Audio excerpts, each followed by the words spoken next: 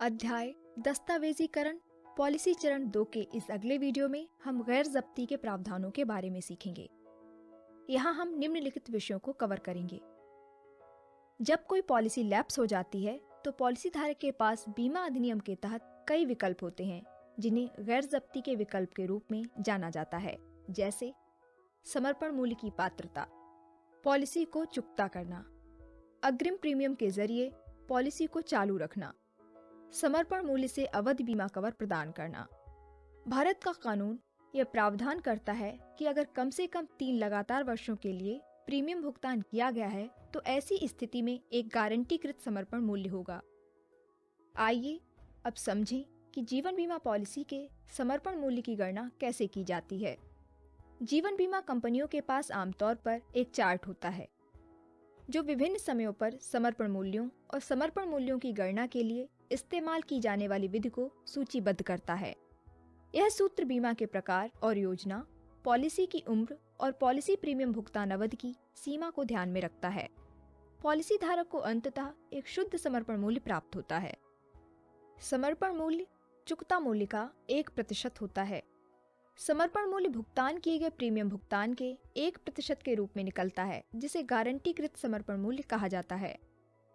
समर्पण पर व्यक्ति को हाथ में मिलने वाली नकदी की वास्तविक राशि पॉलिसी में निर्धारित समर्पण मूल्य राशि से अलग हो सकती है। इसका कारण यह है कि चुकता आधिक्य, बोनस या लाभांश संचय, एडवांस प्रीमियम भुगतान या प्रीमियमों में अंतराल, पॉलिसी ऋण आदि के परिणाम स्वरूप प्राप्त हुए नकद समर्पण मूल्य से जोड़ या घटाव हो सकता है। यहाँ हम पॉलिसी ऋण के बारे में सीखेंगे। नकद मूल्य जमा करने वाली जीवन बीमा पॉलिसियों में पॉलिसी धारक को ऋण के लिए जमानत के रूप में पॉलिसी के नकद मूल्य का उपयोग करके बीमा कंपनी से पैसे उधार लेने का अधिकार प्रदान करने का प्रावधान है। पॉलिसी ऋण आमतौर पर पॉलिसी के समर्पण मूल्य के एक निर्धारित प्रतिशत, जैसे 90% तक सीमित होता है। ध्यान दें कि पॉलिसी धारक अपने स्वयं के खाते से उधार लेता है। बीमा कंपनियां आमतौर पर पॉलिसी ऋणों पर ब्याज वसूलती हैं, जो अर्धवार्षिक या वार्षिक रूप में देय होते हैं।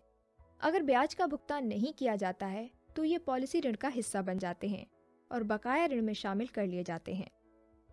क्या होगा अगर पॉलिसी धारक ऋण लेने के बाद ऋण पर ब्याज और भविष्य की प्रीमियम राशि का भुगतान नहीं करता है?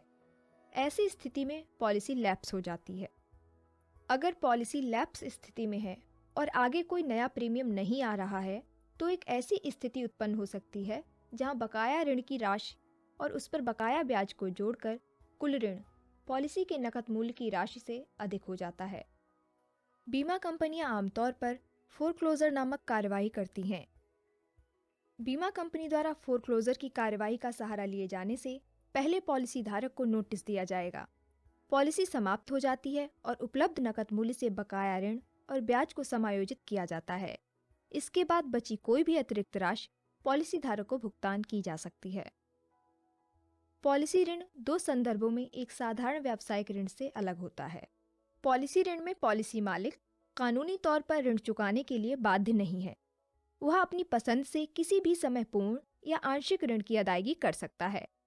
व्यावसायिक ऋण एक लेनदार देनदार संबंध बनाता है जिसमें ऋणकर्ता ऋणदाता को ऋण चुकाने के लिए कानूनी तौर पर बाध्य होता है। पॉलिसी ऋण में किसी क्रेडिट जांच की आवश्यकता नहीं है। चूंकि बीमा कंपनी वास्तव में पॉलिसी धारक को अपना स्वयं का धन उधार नहीं देती है, इसे ऋणकर्ता पर क्रेडिट जांच कराने की आवश्यकता नहीं है। व्यावसायिक ऋण में ऋणदाता ऋणकर्ता पर एक संपूर्ण क्रेडिट या साख की जांच करता है। धन्यवाद।